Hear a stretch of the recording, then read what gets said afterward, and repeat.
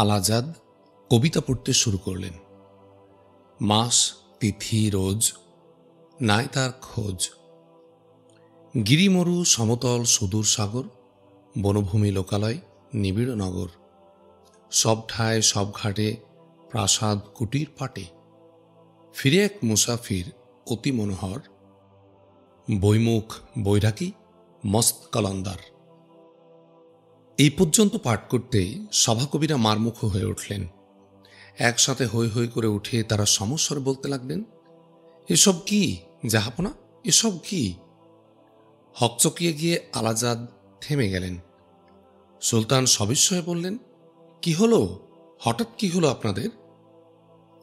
যশোরাজ খান লাফিয়ে উঠে কুর্নিশ করে বললেন, এটা কি কোনো কবিতা হলো জাহাপনা? শাহজাদা ফিরোজ এতক্ষণ চুপচাপ ছিলেন। সভাকবিদের একচেটিয়া তোয়াজ শুনে শুনে বিরক্ত হয়ে তিনিও আনমনাভাবে অন্য কথা ভাবছিলেন। সভার আর কোনো কার্যক্রমের প্রতি তার আগ্রহ নজর ছিল না। হঠাৎ করে কবিতার একটা নতুন সুর কানে যেতে তিনি সজাগ হয়ে উঠেছিলেন এবং উৎসুকভাবে আলাজাদের মুখের দিকে চেয়ে মনোযোগ সহকারে তার কবিতা শুনতে শুরু করেছিলেন। এর মধ্যে হঠাৎ এই হইচই শুরু হয়।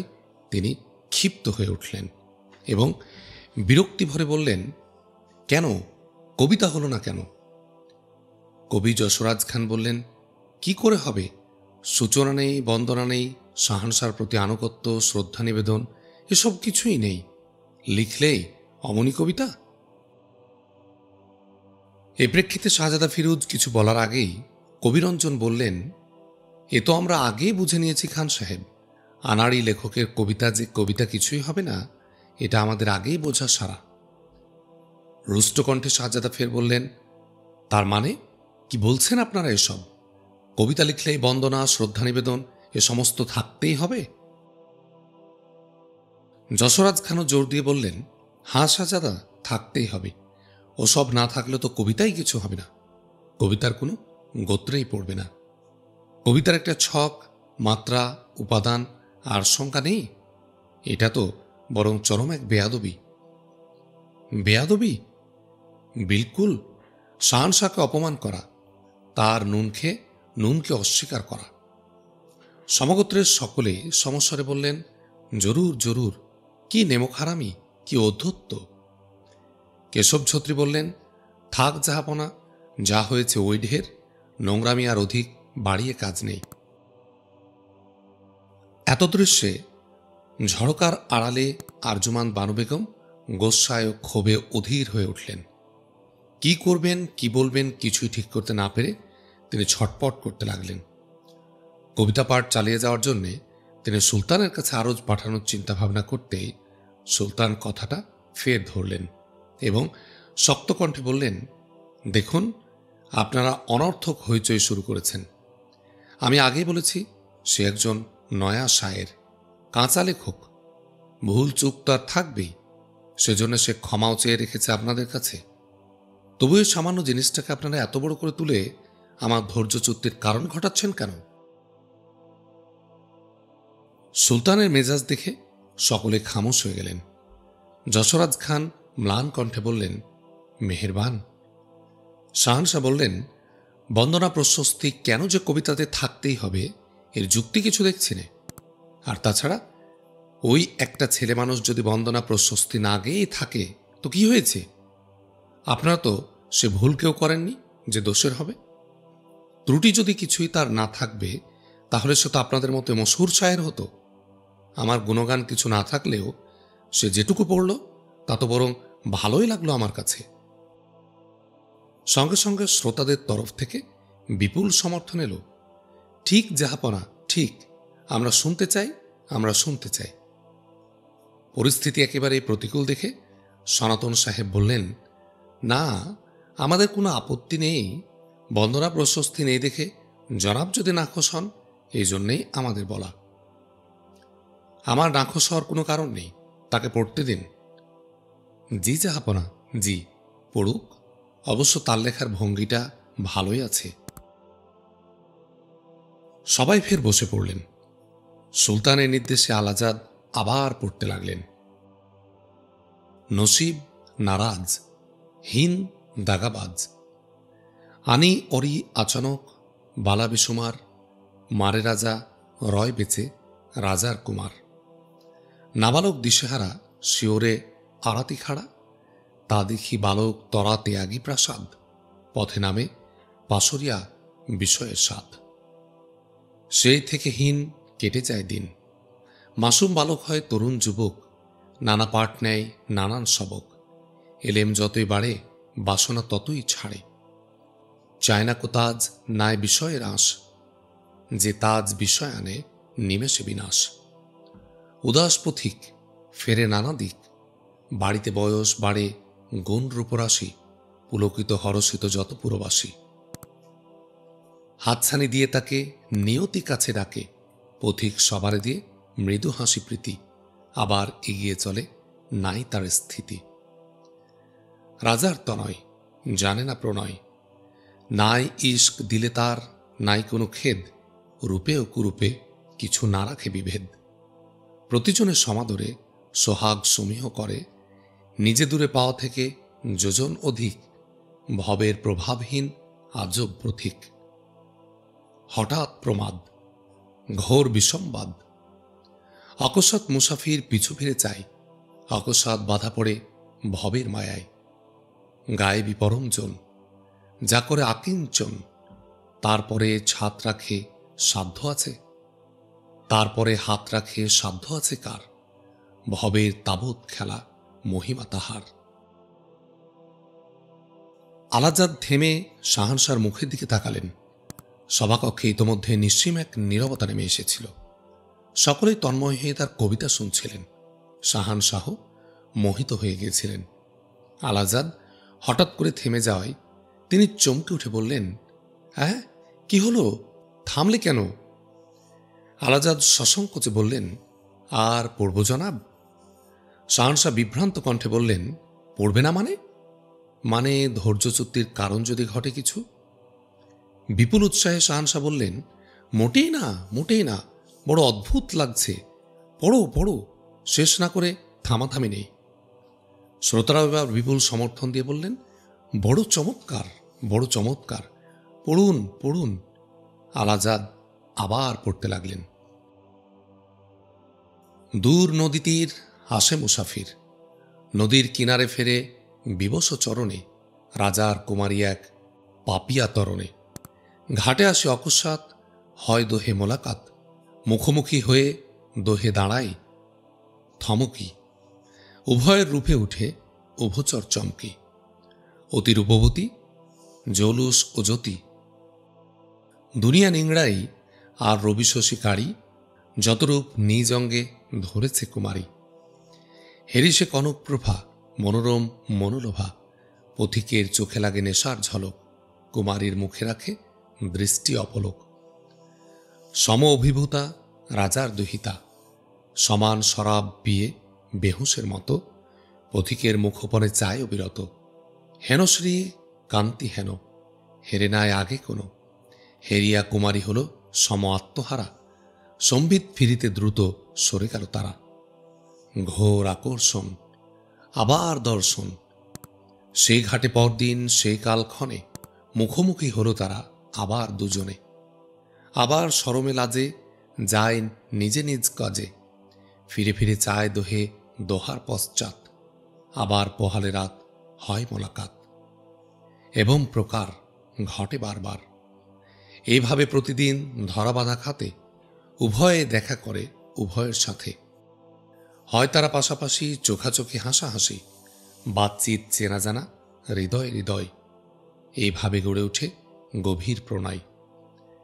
নাই তিথিক্ষণ উভয়ে মগন, আহার বিরাম নাই, নাই আর কাম, মিলে দোহে দোহাসনে সবে রাখি শাম। একদিন অবশেষে কুমারী কহিল হেসে, চাও শুধু মোর এ সাক্ষাৎ দিদার, চাও না কয়ে ধরাই অধিক ইহার। মুসাফির কহে, তোমা বিনে নহে, এ ধরাই চাহিবার আর কিছু নেই, তাই মনে আমি শুধু চাই তোমাকেই। বালা কয় পেয়ে দিশে, সাদি ছাড়া পাবে কিসে, কিন্তু তুমি মুসাফির, ধন কিছু নাই, পিতামোর রাজা, তারে কি দিয়ে বুঝাই? নর কয় তবে, নারী কয় হবে। আনো যদি মোর তরে গজমতি হার, তা দেখিলে দেবে সাদি জনক আমার। পথিক উঠিল ঘামি, কহিল ক্ষণিক থামি, আনিব এই হার তবে, সেচিয়া সাগর সময় লাগিবে বটে অনেক প্রহর। রাজবালা কয় দিলাম সময়, যাবত না আসো ফিরে হার হাতে নিয়া, তব ইন্তেজারে আমি রহিব বসিয়া। তখনই পথিক উঠি ইরাদায় যায় ছুটি, নাই তার অর্থ করি আছে শুধু শ্রম, মেহনতে লেগে যায় না দেখি সম্ভ্রম। না আছে বিরাম ঝরে শুধু ঘাম, টানে বোঝা ভাঙে ইট পাথর পাহাড়, কড়ি চাই কিনিবারে গজমতি হার। দিনে দিনে তিলে তিলে কণা কণা মিলে মিলে জমে উঠে লহু বেচা করিবে সুমার, তাই দিয়ে কিনে সাধু কাঙ্ক্ষিত হার। এতে বহু দিন হয়েছে বিলীন, বছর পেরিয়ে গেছে বছরের পরে, কুমারীর দ্বারে সাধু হার হাতে করে। এসে দেখে রাজপুরে লোকজন নাহি ধরে, বাদ্যবাজি ধুমধাম আহার ফলার, শুনে সাধু সাদি হল রাজার বালার। পথিক উতলা কোন রাজবালা, দেখে গিয়ে বায়ুবেগে আঙ্গিনায় পশি, বিদায়ের আগে আছে বর বধূ বসি। প্রজাকুল ঘিরে নিয়ে কুমারীর হাতে দিয়ে একে একে নানাবিধ প্রীতি উপহার। এক যায় আর আসে ধরিয়া কাতার, আরও কাছে গিয়া উঠে চমকিয়া। এ বধূ তাহারি প্রিয়া অন্য কেউ নয়, দেখেও সাধুর তবু কাটে না সংশয়। আরও যায় কাছে তার, মুখ করি অতিভার, কুমারী ক্ষণিক চাহি তার নাকুপুনো, ভাবখানা তারে যেন দেখেনি কখনো। সকলে সরব, পথিক নীরব, ঘোরে মাথা বন বন কাঁপে দস্তিক, কি করিবে কি কহিবে পায় না কো ঠিক। পথিক দাঁড়াই রয়, ডাক দিয়ে সবে কয় বধূরে কি দেবে দান, দাও তাড়াতাড়ি, আরো লোক আছে পিছে, দাও পথ ছাড়ি। মূর্ছিত হিয়া জেবে হাত দিয়া পথিক দাঁড়ালো আসি কুমারীর পাশে, আওয়ারা ভাবিয়া তারে সকলে শ্বাসে। রোষ ভরে চেয়ে রয়, কেহ বা হাসিয়া কয় কাঙ্গাল কি দেবে দান, কি আছে তাহার। পথিক পরায়ে দিল গজমতি হার। শেষ হল কবিতা পাঠ। আলাজাদ থামলেও কাহিনীর মূর্ছনায় সভাকক্ষ এক পলক নিঝুম হয়ে রইল। অভিভূত শ্রোতারা নিমেষখানিক নিঃশ্বাস ফেলার কথাটাও বিলকুল ভুলে গেলেন। মুসাফিরের নিদারুণ ওই বেদনার বরসে নিথর হয়ে রইলেন তারা। শাহনশাহ ক্ষণকাল আচ্ছন্ন হয়ে রইলেন। ঝরকার ওপারে বিমুগ্ধা আর্যমান বানু বেগমের অবস্থা তখন অবর্ণনীয়। আনন্দে আবেগে তিনি প্রায় সংজ্ঞালুপ্তা তখন। কবিতা পাঠ চলাকালে কাহিনীর দুর্বার টানে শ্রোতামণ্ডলী এতই তন্ময় হয়েছিলেন যে বাহবাদান বা প্রশংসা জ্ঞাপনের কোনো ফুরসতি কারো ছিল না। কবিতা পাঠ শেষ হলেও লহমাখানেক ওই অবস্থা। সম্বিত ফিরে আসতে অকল্পনীয় উল্লাস, উচ্ছ্বাস ও প্রশংসায় সভাকক্ষ প্রচণ্ড বেগে প্রকম্পিত হয়ে উঠল। নিস্তব্ধতা ভঙ্গ করলেন সবার আগে শাহানশাহ। আলাজাদ থামলে এক পলক পরেই মারহাবা মারহাবা বলে উন্মত্ত কণ্ঠে আওয়াজ দিয়ে আসন থেকে লাফিয়ে উঠলেন তিনি এবং খুশির আধিক্যে গলা থেকে তৎক্ষণাৎ এক ছড়া মালা খুলে নিয়ে আলাজাদের দিকে ছুড়ে দিতে গেলেন। তা দেখে চমকে উঠে আলাজাদ শাহানশাহর আরো খানিক সামনে ছুটে এলেন এবং দুহাত জোর করে ব্যাকুল কণ্ঠে বললেন, দোহাই মেহেরবান, দোহাই, কোনো এনাম খেতাব নয়, বিলকুল নয়, আমি স্রেফ শাহানশাহর দোয়া আর স্নেহ চাই। প্রসারিত হাতখানি সংকুচিত করার আগেই চমৎকৃত শাহানশাহ পুনরায় আওয়াজ দিলেন, মারহাবা মারহাবা। অতঃপর উল্লাস ও প্রশংসায় ভেঙে পড়ল সভাকক্ষ। নির্দিষ্ট ওই বিরূপ মহল হতবুদ্ধি অবস্থায় বরাবরই রয়ে গেলেন কিংকর্তব্য বিমূঢ়। সকালবেলায় তলব এলো আলাজাদের কাছে। তলব নিয়ে হাজির হল কুদরত খাঁ। শাহজাদি আর্যমান বানুর তলব। সভা ভাঙার পর আর সময় হাতে না থাকায় সে রাতটা কোনোমতে আর্যমান বানু ধৈর্য ধরেছিলেন, কিন্তু রাত পোহালে আর তিনি ধৈর্য ধরতে পারলেন না। কুদরত খাঁকে পাঠিয়ে দিলেন। কুদরত খাঁর পিছে পিছে আলাজাদ শাহী প্রাসাদের ফুলবাগিচায় চলে এলেন এবং সে নিরিবিলি বিরাম কক্ষের দ্বারে এসে হাজির হতেই দ্বারপ্রান্তে ছুটে এলেন আরজু বানু। খোশ আমদেদ, খোশ আমদেদ, আসুন আসুন বলে শাহজাদি প্রথমে তাকে উষ্ণ অভ্যর্থনা জ্ঞাপন করলেন এবং সমাদরে কক্ষে এনে বসালেন। উভয়ে আসন গ্রহণ করার পর আরজুবানু বিলকুল চুপ মেরে গেলেন। আলাজাদ স্মিত হাসে বললেন, কি ব্যাপার, এত সকালে জরুরি তলব? আরজুবানু তবুও কিছু বললেন না। তা দেখে আলাজাদ ফের হাসি মুখে বললেন, কি হলো, কিছুই যে বলছেন না? আরজুবানু এবার গম্ভীর কণ্ঠে বললেন, কি বলবো, কিছুই আমি ভেবে উঠতে পারছি না। আমার আহ্বানে যে সঙ্গে সঙ্গে এসে হাজির হবেন আপনি, এটুকু বিশ্বাস করতেও জোর পাচ্ছি না আমি। আলাজাদ একইভাবে বললেন, কেন কেন? আপনার উপর আর আমার আস্থা নেই। আপনি যে আসলে একটা কে আর কি সারা রাত চিন্তা করে কিছুই আমি ঠাহর করতে পারিনি। কিরকম? প্রথম দিনে কেন যেন আপনাকে এক আজব লোক বলে আমার ধারণা একটা হয়েছিল। এখন দেখছি আমার সে ধারণাটা তাজ্জবভাবে ফলল। যথা? এমনই এক তাজ্জব লোক, একেবারে স্বাভাবিক চিন্তাভাবনার ঊর্ধ্বে আর স্বাভাবিক মানব জাতির একেবারে গোত্র ছাড়া এমনই এক আজব লোক আপনি যে আপনাকে ঠাহর করে সাধ্ধিকার। আলাজাদ হাসি মুখে বললেন, তাই? এমন একজন অসাধারণ মানুষ আপনি, অথচ তুচ্ছ মানুষের ভেগ ধরে কি খেলাটাই না আমাকে নিয়ে খেললেন আপনি এতদিন? আমি অতি অল্প বুদ্ধির সাধারণ এক মেয়ে ছেলে, শাহনশাহ নাতনি আমি, এটুকুই যা বিশেষত্ব। আমার কাছে এতটা আত্মগোপন করার আদৌ কোনো গরজ ছিল আপনার? শাহজাদির কথাবার্তায় আলাজাদ গম্ভীর হলেন। মুখের হাসি বন্ধ করে বললেন, আত্মগোপন নয়তো কি? বাপরে বাপরে বাপ, কি এক কল্পনাতীত উঁচু দরের শায়ের আপনি! কি আপনার রচনা ভঙ্গি, আর কি ভাবের গভীরতা! অত্যন্ত জ্ঞানবান, এলেমদার আর দক্ষ লোকের ব্যাপার স্যাপার। অথচ বরাবর এসব গোপন করে আমাকে আপনি জানিয়ে আসছেন আপনি একজন নেহাতি কাঁচা লেখক, কবিতা লেখার কোশিশ করেন মাত্র। এসব বলার এতই কি গরজ ছিল? আলাজাদ ফের হেসে ফেললেন। হাসি মুখে বললেন, তাই নাকি? আমার কবিতা তাহলে সত্যি ভালো লেগেছে আপনার? আবার ভনিতা করছেন? জি, আমার কথা থাক। কবিতা পাঠ অন্তর গতকাল কি বুঝলেন সবাই? জি, সবার ভালো লেগেছে, এইটাই বুঝলাম। স্রেফ এটুকুই? আচ্ছা আচ্ছা, শায়েরদের সবার যে মুখগুলো চুন করে দিলেন, এটা বুঝতে পারেননি? জি না, এতটা লক্ষ্য করার ফুরসত আমি পাইনি।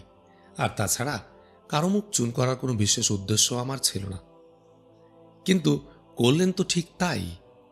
অর্থাৎ ওইসব ডাক সাইটের শায়েররা যে আপনার কাছে শিশু, আপনার অভিনব ভাব, ভাষা আর ছন্দ শৈলী দিয়ে এইটাই তো সবাইকে বুঝিয়ে আপনি ছাড়লেন। বলেন কি, এত সহজ আর আটপৌরে কথাবার্তা দিয়ে এমন অদ্ভুত কবিতা লেখা যায়? ওই সব সভাকবিরা এটা কখনো কল্পনাও করেছেন বলে মনে হয় না। মুখের হাসি চেপে আলাজাদ ফের প্রশ্ন করলেন, ওদের কথা থাক, আপনার তাহলে সত্যিই ভালো লেগেছে, বলুন? কিঞ্চিত থেমে কপট রোষ ভরে শাহজাদি বললেন, বটে? জি না, আমার একটুও ভালো লাগেনি। আর ভালো লাগার মতো কাজ আপনি করেননি। তার মানে ওই মুসাফিরের দিলে এত আঘাত দিলেন কেন? ও, এই কথা। তো ভাগ্যহীনেরা আঘাতই তো পায়, তাদের নসিবে এর বেশি আশা করা তো অবাস্তব। অবাস্তব? তাই মনে করি আমি। কেন, আপনি মনে করেন কেন? কোনো অবাস্তব খোয়াব আমি দেখিনি।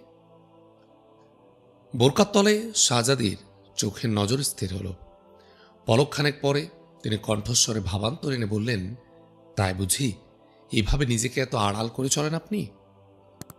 আমি আমি কি চলি না চলি সে কথা তো আলাদা। আমার সাথে মুসাফিরের সম্পর্ক কি এখানে? ওই মুসাফির যে নিজে আপনি, এই কথাই তো মনে হয়েছে আমার। আজাদ চমকে উঠলেন।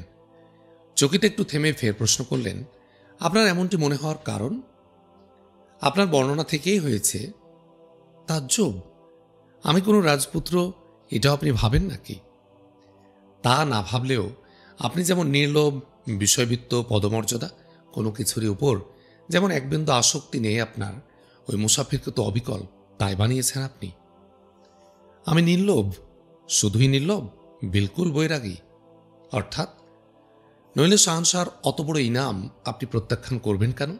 জানেন, এত বড় ইনাম কোনো সভাকবির কিসমত আজ পর্যন্ত জোটেনি। তাই নাকি? শাহনশাহর গলার ওই এক ছড়া মালার মূল্য কত জানেন? ছোটখাটো একটা জমিদারির সমান।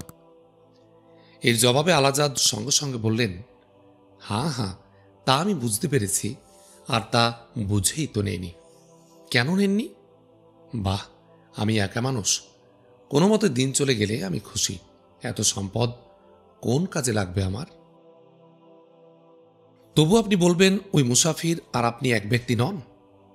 আরে বাপ, এক ব্যক্তি হলেম আমি কি করে? এটা তো আমার স্রেফ একটা কল্পনা। আমি কবে কোন রাজকুমারের মহব্বতে পড়লাম যে তার কথা আর আমার এক কথা হবে? শাহজাদি অবিচল কণ্ঠে বললেন, পড়তেও তো পারেন। পড়তে পারি মানে আপনাকে কোনো রাজকুমারী ভালো লাগতেও তো পারে। ও আচ্ছা, সে কথা ভেবে এরকম ভবিষ্যৎ চিন্তা করে আপনি আপনাকে আগে থেকে সতর্ক করে রেখেছেন? আলাজাদ স্তম্ভিত হয়ে গেলেন। শাহজাদি এত গভীরে যাবেন এটা তিনি কল্পনা করেননি। সবিস্ময়ে চেয়ে আলাজাদ বললেন, এতটাই ভাবলেন আপনি? শাহজাদি আরজুমান বানু বেগম এবার হাসলেন, হেসে বললেন, আমি ভাবতে যাব কেন?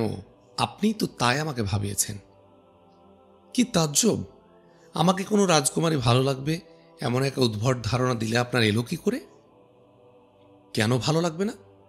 ওই মুসাফিরের মতো শুধু অর্থটাই নেই আপনার, তাও আবার আপনি একান্তই চান না বলে নেই। ওটুকু ছাড়া আর আপনার না আছেই কি? রূপ, গুণ, জ্ঞান, গরিমা কিসের আপনার অভাব? তাই নাকি? তাই তো আমি সারা রাত ভেবেই সারা হয়েছি। আপনি লোকটা কি? এত জ্ঞানী, এত গুণী, অথচ একেবারে তুচ্ছ তাচ্ছিল্যের মতো জীবনযাপন করতে চান? আপনি পাগল না আউলিয়া? ওরে ব্যাস রে, আমাকে নিয়ে এসবও ভেবেছেন আপনি? পুনরায় ঈষৎ হেসে শাহজাদি বললেন, ভাবিয়ে তোলার মতো একটা লোক যে আপনি আসলে। তাই? স্রেফ কি এই আজ? প্রথম থেকেই তো একটা না আপনি ভাবিয়ে তুলছেন আমাকে। যতই দিন যাচ্ছে ততই আমি তাজ্জব হচ্ছে আপনার কাণ্ড কারখানাগুলো দেখে। গতকাল আমাকে সে তাজ্জব হওয়ার শেষ প্রান্তে পৌঁছে দিয়ে ছাড়লেন। শাহজাদির কণ্ঠস্বরে খোশ প্রবাহ বইতে লাগল। এর জবাবে আলাজাদ খোশ দিলে বললেন, আপনি আমাকে অত্যন্ত নেক নজরে দেখেন বলেই এতটা বেশি ভাবছেন আমাকে। আসলে আমি একজন। তার কথার মাঝে শাহজাদি সহাস্যে বললেন, বর্ণচোরা, মস্ত বড় বর্ণচোরা। কি করে যে সামলাবো এখন আমি আপনাকে, এইটাই একটা দায় হয়ে পড়ল দেখছি। কেমন কেমন? এই যে এত তুচ্ছ তাচ্ছিল্য করছি আপনাকে এতদিন, সে কথা আজ ভাবতেও আমি সংকুচিত হয়ে যাচ্ছি। মহামূল্যবান মুক্তোর মালার প্রতিও যার তিল পরিমাণ আকর্ষণ নেই, সে মানুষ কি মানুষ? তার সাথে কিরকম আচরণ করে চলবো আমি? এরপর কি ধরনের আচরণ আমার করা উচিত কোনো খেই খুঁজে পাচ্ছি না। এই সেরে ছেড়ে আপনি যে বিলকুল আমাকে আসমানে তুলে দিলেন, তা যেখানেই তুলে দেই আপনার কাছে কবিতা নিয়ে বসতেও তো এখন ভয় করবে আমার। ভয়? বড় শায়েরের সামনে যাওয়ার সাহস হয়নি বলে কাঁচা শায়ের ডেকে এনে কবিতা দেখিয়ে নিচ্ছি। উম্মা, পড়বি তো পড়, একদম বাঘের মুখে। আলাজাদ হেসে বললেন, ভয় নেই, খেয়ে ফেলব না। খাবেন না? না। বলা যায় বাঘের মুখে পড়লে বাঘ কখনো খায় না। তা যদি এত ভয়ই করেন তাহলে আপনার কবিতা দেখে দিতে আর না হয় আসবো না। আসবেন না? তাহলে কি খেয়ে বাঁচবেন এখন? কাজ তো একটা করতে হবে কিছু। কাজ? নকরি তো খতম। দাদু বলেছেন আপনার মতো লোককে দিয়ে এ যাবৎ এত ছোট কাজ করিয়ে এনে অনেক গুনাহ করে ফেলেছেন তিনি। ও কাজ আপনাকে আর করাবেন না। তার অর্থ চাকুরি শেষ, এবার আপনি খাবেন কি করে? তাহলে নিশ্চয় অন্য কাজ দেবেন। বিলকুল না, বিলকুল না। কবিতা লেখার সময় পান না বলে এই যে এত আফসোস করেছেন এতদিন, সেই বেধারাক সময়টাই স্রেফ দেবেন এখন তিনি আপনাকে। সময় দেবেন, অবশ্য কিছু মাসোহারাও দেবেন বলে জানিয়েছেন। মাসোহারা? কাজ দেবেন? না, বিনে কাজে মাসোহারা। জি, কাজ না করে মাহিনে? সে কি, তাই কখনো নেওয়া যায়? যায় না, কখনো না, বিলকুল না। শাহজাদি ঈষৎ হাসে বললেন, সে আমি আগেই বুঝেছি, এটাও আপনি নেবেন না। আপনার মতো মানসিকতার লোক এটাও কখনো কবুল করতে চাইবে না। সুতরাং আমার কাছে না এলে আপনি খাবেন কি করে? শাহজাদি হাসতে লাগলেন। আলাজাদ সবিস্ময়ে বললেন, আপনার কাছে না এলে মানে? মাঝে মাঝে এসে আমার কবিতা শুধরে দেয়াও একটা কাজ, মানে নকরি। ওই কাজটা মাঝে মাঝে করলে আর ওই মাসোহারাটা বিনে কাজে মাহিনে নেয়া হবে না। কাজ করে বিনিময় নেয়া নাজায়েজ নয়। বটে, রাজি তো তাহলে? রাজি মানে? মানে ওই ওস্তাদগিরি করতে রাজি তো?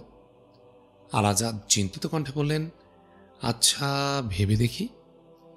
এরপরও ভাবনা? আপনার কোনো চিন্তাভাবনার অবকাশ এখানে আছে বলে মনে করেন? নেই। সে মৌকা আপনাকে দিচ্ছে কে? এ মুলুকে থাকবেন আর শাহজাদির আগ্রহ ইচ্ছে মানবেন না, এরপরও এ মুলুকে থাকবেন আপনি? শাহজাদি ফের হাসতে লাগলেন। আলাজাদও হেসে ফেললেন। হেসে বললেন, তা না পারি দেশান্তরী হব। ছুটতে ছুটতে পুনরায় কুদরত খায় হেসে হাজির হলো। এসে এসে সালাম দিয়ে আলাজাদকে বলল, বাপজান, আপনাকে এখনই মাকানে যেতে হবে।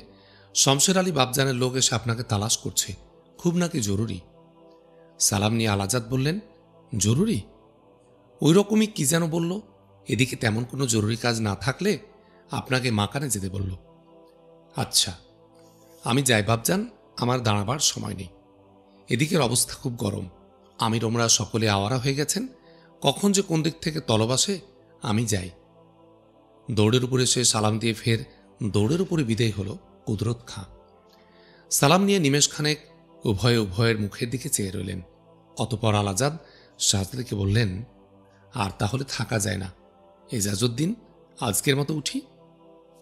আনমনাভাবে শাহজাদি বললেন, উঠবেন? হ্যাঁ, এদিকের বাতাসও কেমন গরম শুনছি, আমি যাই। বলতে বলতে আলাজাদ উঠে দাঁড়ালেন।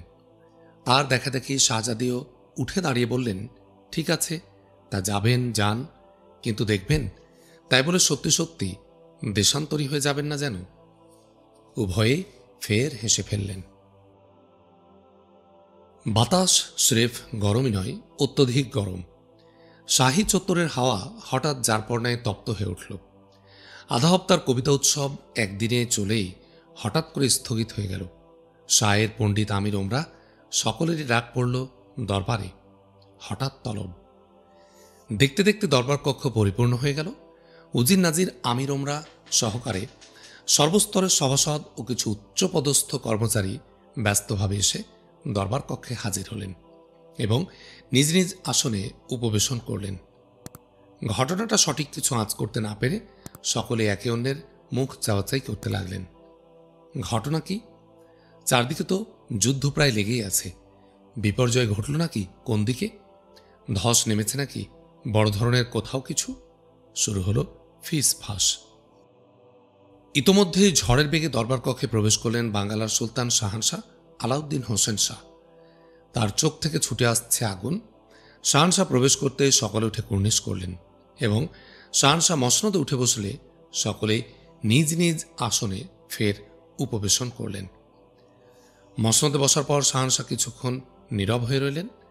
তারপর কোন রকম ভূমিকায় না গিয়ে তিনি গম্ভীর কণ্ঠে আওয়াজ দিলেন, সভাপণ্ডিত বিদ্যাবাচস্পতি মহাশয়। বিদ্যাবাচস্পতি ভট্টাচার্য ব্যস্তভাবে উঠে দাঁড়িয়ে পুনরায় কুর্নিশ করলেন এবং শঙ্কিত কণ্ঠে বললেন, খোদাবন্ধ। শাহানশাহ শানিত কণ্ঠে বললেন, বাঙ্গালার এ মসনদ কি এতই আপনার কাম্য? চমকে উঠলেন সভাপণ্ডিত, বললেন, মেহেরবান। এই মসনদটা একান্তই চায় আপনাদের? সে কি কথা আলম্পনা, তা চাইব কেন? তাই যদি না চাইবেন তাহলে এই জঘন্য ষড়যন্ত্রে লিপ্ত হয়েছেন কেন? জঘন্য ষড়যন্ত্র? কোথায় যাহাপনা? ষড়যন্ত্রে কোথায় কোনো লিপ্ত হলাম আমি? কোথায় কখন লিপ্ত হলেন সেটা তো আপনারই অধিক জানার কথা। আমাকে তা জিজ্ঞেস করছেন কেন? শুধু সভাপণ্ডিত বিদ্যা বাচস্পতি ভট্টাচার্যেরই নয়, সংশ্লিষ্ট সকলের মুখমণ্ডল ইতোমধ্যে বিবর্ণ হয়ে গেল। তাদের ষড়যন্ত্রের ব্যাপারটা ফাঁস হয়ে গেছে আঁচ করে সকলে আঁতকে উঠলেন। সভাপণ্ডিত কেঁপে উঠে থতমত করে বললেন, আমারই অধিক জানার কথা? হ্যাঁ, আপনারই অধিক জানার কথা, কারণ আপনিই সে ষড়যন্ত্রের মূল ব্যক্তি। আলম্পনা? নবদ্বীপে আপনারই প্রত্যেক আলয়ে বসে রাতভর যে ষড়যন্ত্র পাকালেন, এখন কি তা অস্বীকার করতে চান? মেহেরবান, বলুন সে ষড়যন্ত্রের বৈঠক আপনি ছিলেন কিনা? আমি কোনো ষড়যন্ত্রের সাথে জড়িত নই জাহাপনা। শাহনশাহ ক্ষিপ্ত হয়ে উঠলেন। তার দু চোখের আগুন আরো দাউ দাউ করে জ্বলে উঠল। তিনি ক্ষুব্ধ কণ্ঠে বললেন, জড়িত নন? 3 দিন যাবৎ নবদ্বীপে গিয়ে রইলেন আপনি, বৈঠক হলো আপনারই বাড়িতে, আর আপনি তাতে জড়িত নন? সভাপণ্ডিত কাঁপতে কাঁপতে জড়িয়ে পেঁচিয়ে বললেন, তা জাহাপনা, নবদ্বীপে আমি গিয়েছিলাম আমার পৈতৃক বিষয় সম্পত্তির গোলমাল নিয়ে।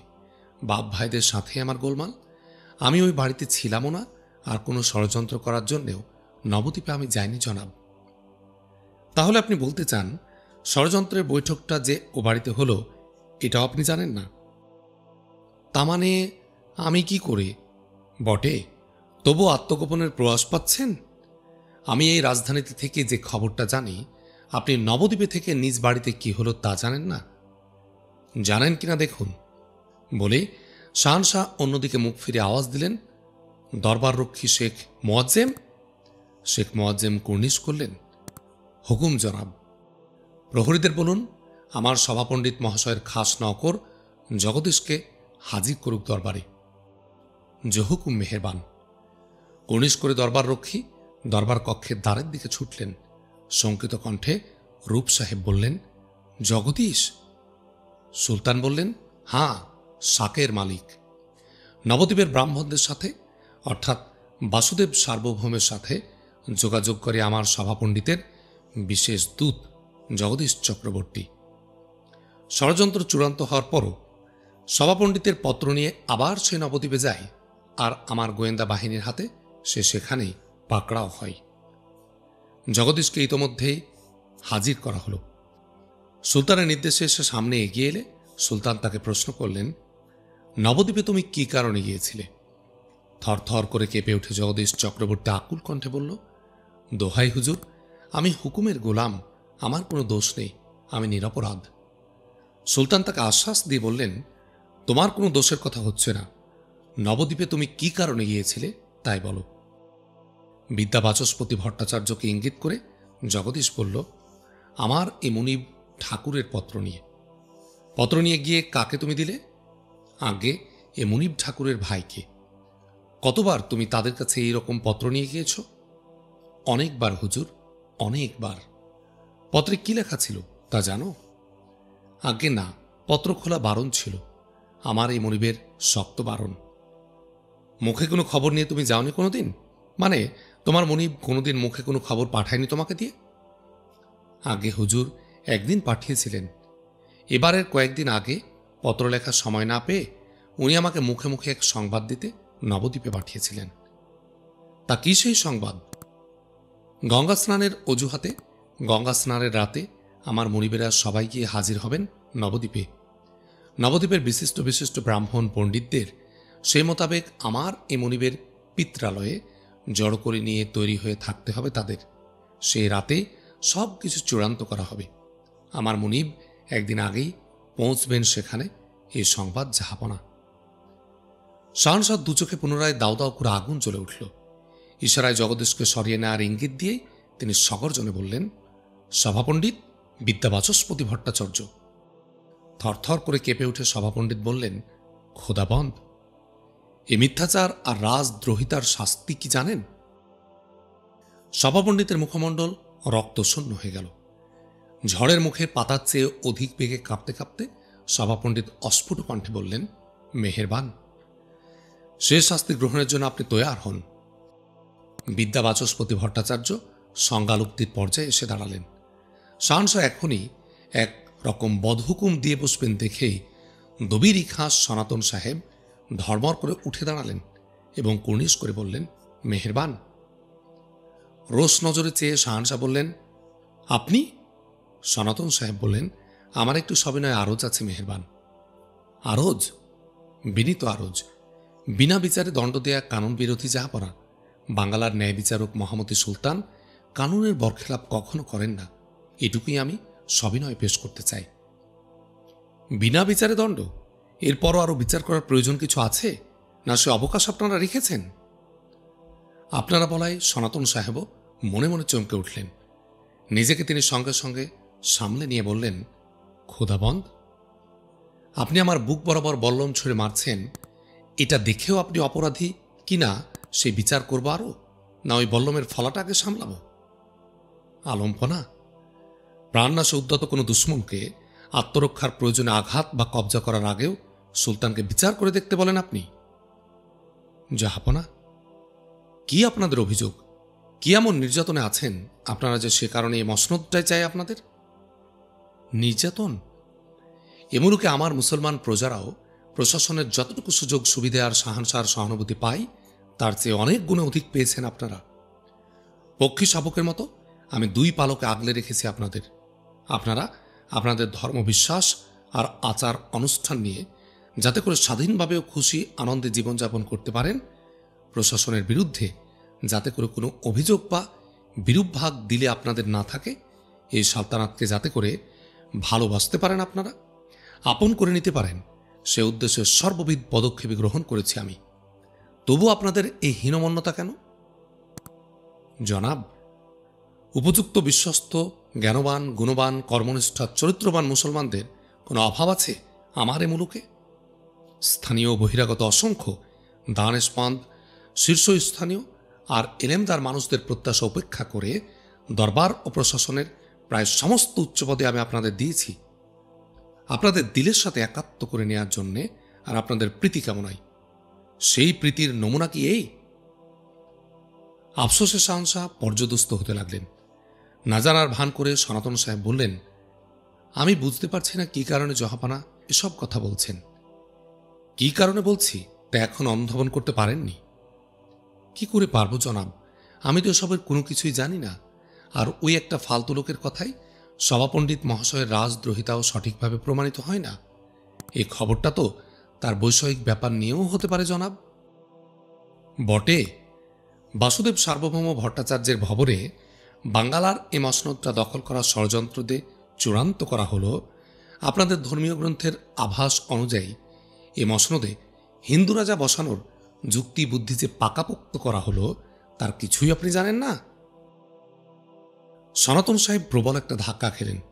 ব্যাপারটা যে একেবারে উলঙ্গভাবে ফাঁস হয়ে গেছে এটা বুঝতে পেরে তিনি যার পর ন্যায় বিস্মিত হলেন। তবুও ঘটনাটা উড়িয়ে দেওয়ার যথাসাধ্য প্রয়াস নিয়ে তিনি সঙ্গে সঙ্গে বললেন, আমি? না জনাব, আমি তা জানব কি করে? কিন্তু আমার কাছে খবর আছে সে রাতে সেখানে বৈঠকে বসে সেদিন আপনিও ওই নবদ্বীপেই ছিলেন। সনাতন সাহেব ঘাবড়ে গিয়ে বললেন, হ্যাঁ হ্যাঁ, পিরুলিয়া যাবার পথে নবদ্বীপ হয়ে গিয়েছিলাম আমরা একদিন। পিরুলিয়া কি এমন জরুরি কাজ ছিল যে সুলতানের অজ্ঞাতেই দল বেঁধে সেখানে ছুটতে হলো আপনাদের? ওই রাজস্বের ব্যাপারটা জাহাপনা, হিরণ্য মজুমদার মহাশয়ের রাজস্বের ব্যাপার নিয়ে পিরুলিয়া একটা গোলযোগ দেখা দিয়েছিল। জনাব খুব ব্যস্ত ছিলেন বলে কর্তব্যের আহ্বানে তৎক্ষণাৎ ছুটতে হলো আমাদের। তাই যদি ছুটলেন, এতই যদি জরুরি হলো ব্যাপারটা, তাহলে সোজা পথে পিরুলিয়ায় না গিয়ে ওই অত ঘুরে আর উল্টা পথে নবদ্বীপ হয়ে গেলেন কেন? সনাতন সাহেব আটকে গেলেন। একটার পর একটা মিথ্যা অজুহাত পয়দা করতে করতে তিনি তালকানা হয়ে গেলেন। এ প্রশ্নের কি জবাব দেবেন সঙ্গে সঙ্গে স্থির করতে না পেরে কেবল আমতা আমতা করতে লাগলেন। গতিক নেহাত খারাপ দেখে তৎক্ষণাৎ উঠে দাঁড়ালেন যশোরাজ খান। তিনি কুর্নিশ করে ব্যস্ত কণ্ঠে বললেন, গঙ্গা স্নানে আলম্পনা, ওই দিনটা ছিল আমাদের ধর্মীয় দিন। গঙ্গা স্নানের বিশেষ একটা তিথি ছিল সেদিন জনাব, তাই সেখানে গঙ্গা স্নানে গেলাম আমরা। শাহনশার নজর আরও তীক্ষ্ণ হল। যশোরাজ খানের মুখের দিকে স্থির নয়নে চেয়ে তিনি বললেন, সে গঙ্গা স্নানেই তো পিরুলিয়া গেলেন কখন? গঙ্গা স্নান সেরেই ক্ষমতাবান। নবদ্বীপে তাহলে ফিরে এলেন কখন আবার? নবদ্বীপে? আসমান থেকে পড়লেন যে আপনি আমার সভাকবি, কাব্যচর্চা করেন। কাব্যচর্চা রেখে আপনি হঠাৎ রাজনীতি চর্চায় এত উদ্বেলিত হয়ে উঠলেন কেন? রাজনীতি? সে কি মেহেরবান! আমি কবি মানুষ, কাব্যের জগতে থাকি, রাজনীতি নিয়ে মাথা ঘামানোর অবকাশ কোথায় আমার? কিন্তু বড়ই আফসোস, রাতের আড়ালে বাসুদেব সার্বভৌম ভট্টাচার্যের বাসভবনে আপনাকেও প্রবেশ করতে দেখা গেছে, আর ওই বৈঠকে আপনার কণ্ঠস্বরই সবচেয়ে জোরদারভাবে শোনা গেছে। হকচকে গিয়ে যশোরাজ খান বললেন, হ্যাঁ, তা হবে কেন? না না, মিথ্যা কথা। মিথ্যা কথা? সনাতন সাহেব ইতোমধ্যে শক্তি সঞ্চয় করে নিয়ে যশোরাজ খানের সাহায্যার্থে এগিয়ে এলেন এবং তাকে সমর্থন দিয়ে বললেন, জি হ্যাঁ জাহাপনা, বিলকুল মিথ্যা কথা। জনাবকে যারা এই তথ্য পরিবেশন করেছেন তারা রাতের আধারে কাকে ভেবে কাকে দেখে ভুল আর মিথ্যা তথ্য পরিবেশন করেছেন। খান সাহেব বরাবর আমাদের সাথেই ছিলেন। আপনাদের সাথে ছিলেন? জি জনাব, জি। এ খবর মিথ্যা, বিলকুল বানোয়াট, উদ্দেশ্যমূলক। এখন তো দেখছি জাহাপনাকে এ কথাও কেউ বলতে পারে যে ওই বৈঠকে আমি বা আমরাও ছিলাম, ওই বৈঠকে আমাদেরও যেতে সে দেখেছে। শাহনশাহর মুখাকৃতি কঠিন হল। তিনি তিক্ত কণ্ঠে বললেন, তা যদি কেউ বলে তাহলে কি খুবই অন্যায় কিছু বলা হবে সেটা? অবশ্যই অন্যায় বলা হবে জনাব। আর জনাব যদি সেই কথায় বিশ্বাস করে আমাদের উপর সন্দিহান হন তাহলে সেটা হবে একদিকে যেমন আমাদের চরম দুর্ভাগ্য, অন্যদিকে তেমনই হবে কতকগুলো একান্তই রাজভক্তের দিলে জনাবের অকারণেই আঘাত হানা। তাজ্জব! শাহনশাহ তৎক্ষণাৎ আওয়াজ দিলেন, উজিরে আজম রোকন খান সাহেব। রোকন খান সরহাটি সাহেব আসন থেকে উঠে কর্নিশ করে বললেন, জাহাপনা। জাহাপনা বললেন, এ প্রসঙ্গে আপনার বক্তব্যটা কি? কোন প্রসঙ্গে জনাব? রাতের আধারে ভুল করেছে গোয়েন্দারা, ভুল দেখেছে, ভুল শুনেছে। জাহাপনা, রাতের আধার চোখের শক্তি দুর্বল করতে পারে, কিন্তু কান কান তো কোনো রাত দিনের তফাৎ রাখে না জনাব, বরং নিঝুম রাতে কানের শক্তি আরো জোরদার হয়। লাফিয়ে উঠলেন রূপ সাহেব। তিনি প্রতিবাদ করে বললেন, না, কানও সবসময় সঠিক শোনে না। উজির আজম বললেন, যথা?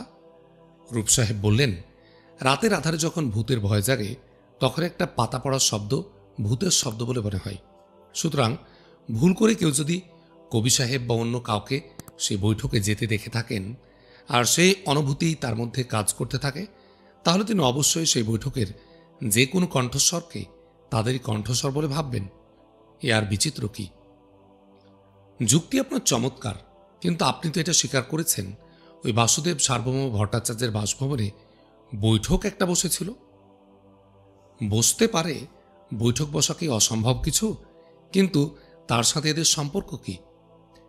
এদের কথা থাক, এদের কথা এদের সাথেই বলবো। আপনি তো সেদিন ওই গঙ্গা স্নানেও গিয়েছিলেন, না যাননি? রূপ সাহেব থমকে গিয়ে থতমত করতে লাগলেন। তা দেখে উজিরে আলা বললেন, যদি অস্বীকার করেন সেদিন আপনি সেখানে যাদের বাড়িতে ছিলেন আর যাদের সাথে ছিলেন তারাও হাজির আছেন এখানে, ডাকব কি তাদের? রূপ সাহেব চমকে উঠলেন, বেকায়দে পড়ে বললেন, তা মানে হ্যাঁ, পবিত্র ধর্মক্রিয়া পালন করতে যাব না কেন আমি? তাহলে ওই দরবারের আপনারা এত লোক ওই নবদ্বীপে হাজির রইলেন, অথচ কেউ আপনারা জানলেন না যে সুলতানের বিরুদ্ধে এক হীনতম ষড়যন্ত্র চলছে সেখানে? কি করে? আমরা গিয়েছি পুণ্য কাজে, এসব খবর আমরা জানব কি করে? এবার সেনাপতি সঙ্গে সঙ্গে উঠে দাঁড়িয়ে বললেন, কেমন করে মানে? বাংলার তক্তে অচিরে হিন্দু রাজা বসানো হচ্ছে বলে নবদ্বীপ শহরে শহরত পড়ে গেছে, সাজ সাজ রবে অনেকে উন্মত্ত হয়ে উঠেছে, আর আপনারা তার কিছুই জানতে পারলেন না? তা মানে? এত বড় দিন বারবার ঘটনাটা কেমন করে চাপা দেবেন শাকের মালিক সাহেব? আপনারা শুধু নবদ্বীপে যাননি, ওই বৈঠকেও হাজির ছিলেন, আর তার অভ্রান্ত আর চাক্ষুষ প্রমাণ মজুদ আছে আমার কাছে। যদি চান তো। দিশেহারা রূপ সাহেব উন্মত্ত কণ্ঠে বললেন, মিথ্যা কথা, মিথ্যা কথা, সে বৈঠকে কখনো আমি ছিলাম না। কথা ধরলেন সুলতান। তিনি কঠিন কণ্ঠে বললেন, হুঁশিয়ার শাকের মালিক, প্রবঞ্চনার অধিক প্রয়াস পেলে এখনই তা প্রমাণ করা হবে, আর প্রমাণিত হলে রাজদ্রোহী বিশ্বাসঘাতকের যে শাস্তি সেই মৃত্যুদণ্ডই গ্রহণ করতে হবে আপনাকে। বলুন, আপনি প্রমাণ চান?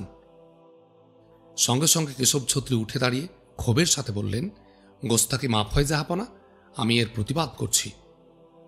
শাহানশাহ রুষ্ট কণ্ঠে বললেন, প্রতিবাদ? প্রকাশ্যে দরবারে হিন্দু সম্প্রদায়ের তামাম পদস্থ ব্যক্তিদের এইভাবে অপদস্থ করা হলে আমরা বুঝব পরধর্মের প্রতি শাহানশাহর সহিষ্ণুতার কথাটাও স্রেফ একটা কথার কথা মাত্র, আন্তরিক কিছু নয়। শাহানশাহ ক্ষিপ্ত কণ্ঠে বললেন, শাহানশাহর আন্তরিকতার অভাব দেখার আগে নিজেদের আন্তরিকতার অভাবটা দেখেছেন না কেন? আমাদের আন্তরিকতার অভাবটা ঘটল কোথায় জনাব? আমাদের স্বজাতির প্রতি কোনো প্রকার পক্ষপাতিত্ব না করে এই সালতানাতের খেদমতে অহর্নিশ এই যে আমরা প্রাণপাত করছি, তবু শাহানশাহ আমাদের আন্তরিকতার ঘাটতি দেখলেন কোথায়? শাহানশাহ তা খুঁজে দেখতে যাবেন কেন? আপনারাই তো নাঙ্গাভাবে শাহানশাহকে তা দেখাচ্ছেন। আমরা তা দেখাচ্ছি? বাসুদেব সার্বভৌম ভট্টাচার্যের মাকানে দিনের মতো সুস্পষ্ট যে বৈঠকটা হলো, সেটা আপনারা সকলে অস্বীকার করতে চাইছেন কেন? বৈঠক যে একটা হয়েছে সেটা এখন বুঝতে পারছি জনাব, কিন্তু সে বৈঠকের সাথে আমাদের সম্পর্ক কি? সাব্বাস রক্ষী প্রধান, আপনাদের সকলের এই বিচিত্র মানসিকতা দেখে আমি বাহাবা না দিয়ে পারছি না। তার অর্থ কি জাহাপনা? শাহানশাহ সক্রোধে বললেন, সে বৈঠকে যে আপনারাই করেছেন আর আপনিও যে সে বৈঠকে ছিলেন, এটা আপনিও অস্বীকার করতে চাইছেন? আমিও ছিলাম। জি হ্যাঁ রক্ষী প্রধান, বৈঠক থেকে ব্যস্তভাবে বেরিয়ে আসার কালে আপনার কাঁধের মূল্যবান চাদরখানা যে বাসুদেব সার্বভৌমের দেউড়ির বাইরে ফেলে এলেন, সে চাদরখানা কি দেখতে চান? পুনরায় উঠে দাঁড়ালেন যশোরাজ খান। তিনি গোস্বা ভরে বললেন, জাহাপনা, এইভাবে সবাইকে লাঞ্ছিত না করে যে শাস্তি জাহাপনার অভিপ্রায় তা আমাদের দিতে পারেন, এতটা আর সহ্য করা যায় না। যশোরাজ খান সাহেব, অপ্রিয় হলেও আমি বলবো কেশব ছত্রী মহাশয়ের কথাটাই ঠিক। হিন্দু সম্প্রদায়ের প্রতি এই দরবারের বিদ্বেষ একেবারে প্রচ্ছন্ন হয়ে পড়েছে। সে কারণে উদ্দেশ্যপ্রবণ ব্যক্তিদের প্ররোচনায় আর তাদের এই ষড়যন্ত্রমূলকভাবে তৈরি করা কিছু তথ্য প্রমাণের মাধ্যমে সে বিদ্বেষকেই চরিতার্থ করা হচ্ছে। যশোরাজ খানের স্পর্ধা দেখে শাহানশাহ স্তম্ভিত হয়ে গেলেন। দিশেহারার মতো তিনি বললেন, তাজ্জব, এত বড় কথা আমার সামনে বলতেও সাহস করেন আপনি? যশোরাজ খান কুর্নিশ করে বললেন, একান্ত নিরুপায় হয়ে বলতে হচ্ছে জাহাপনা। আজকের এই দরবারের সাকুল্যে যা পরিস্ফুট হয়ে উঠেছে তা আমাদের স্বজাতির প্রতি অপরিসীম ঘৃণা, তাচ্ছিল্য, সন্দেহ আর বিদ্বেষ। পরধর্মের প্রতি শ্রদ্ধা প্রীতির লেশমাত্র উপস্থিত কিছু নেই এখানে। ক্রোধোন্মত্ত সুলতান ছটপট করতে লাগলেন। এর জবাব দিলেন উজিরে আজম খান রুকুন খান সরহাটি সাহেব। তিনি বললেন, পরধর্মের প্রতি প্রীতি শ্রদ্ধা কি একতরফা খান সাহেব? নিজে আপনি মুসলমানদের নর্দমার কীটের চেয়েও ঘৃণার চোখে দেখবেন আর তাদের তরফ থেকে একতরফা শ্রদ্ধা আদায় করবেন? আমি মুসলমানদের ঘৃণার চোখে দেখি? সে প্রশ্ন আপনি নিজেকেই করুন। মুসলমানদেরকে আপনি অচ্ছুত, অস্পৃশ্য, ম্লেচ্ছ, জবন, পায়ের পাদুকা এসব কোনো কিছু বলতে কম করেননি। আমাদের প্রতি আপনাদের অন্য কারো ঘৃণা বিদ্বেষ যাই থাকুক, আপনার মধ্যে যে বিদ্বেষ প্রকাশ পেয়েছে তার কোনো মাপ পরিধি নেই। মিথ্যা, বানোয়াট, আপনি সব কি উদ্ভট কথা বলছেন?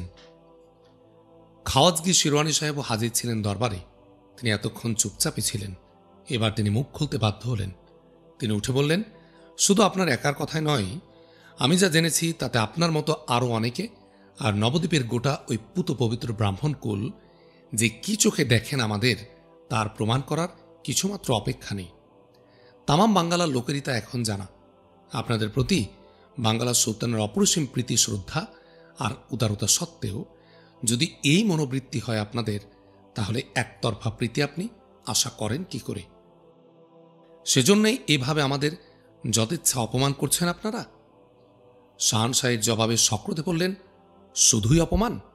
নিজেদেরকে এত বেশি পুতপবিত্র ভেবে মুসলমানদের এতটা এনকার করেন যদি, আমার সংশয়হীন হৃদ্যতা সত্ত্বেও আমারই রাজ্যে থেকে আমাকে আর আমারই স্বজাতিকে শেয়াল কুকুরের চেয়েও অধম ভাবেন যদি, তাহলে অপমানের চেয়েও আরও অধিক কিছু প্রাপ্য আপনাদের। মাত্রাধিক ছুত মার্গ যে বরদাস্ত করি না আমি, সুবুদ্ধি রায়ের পরিণামী তার নজির। নিশ্চয় তা ভুলে যাননি কেউ। সেটাই কি আশা করেন আপনারা? জাহাপনা, আপনাদের যা অপরাধ তাতে যে তার শাস্তি সুবুদ্ধি রায়ের ওইটুকুতেই পার পায় না, এখনো তা অনুধাবন করতে পারেননি? সুবুদ্ধি রায়ের পরিণাম এদের ভুলে যাওয়ার কথা নয়, এদেরই নয়। এমন কিছু দূর অতীতেরও কোনো কথা নয়। আলাউদ্দিন হোসেন শাহ মসনদে বসার কয়েক বছর পরেরই ঘটনা। অবশ্য ঘটনার সূত্রপাত ঘটে অনেক দিন আগেই। সুলতান হোসেন শাহ তখন বালক সৈয়দ হোসেন। মাতাপিতাহীন হয়ে এতিম সৈয়দ হোসেন ও তদীয় ভ্রাতা সৈয়দ ইউসুফ যখন যাযাবরের মতো জীবনযাপন করতে থাকেন, তখন এক সময় বালক সৈয়দ হোসেন গৌড় শহরে আসেন। তখন সুবুদ্ধি রায় ছিলেন গৌড় শহরের কোতোয়াল।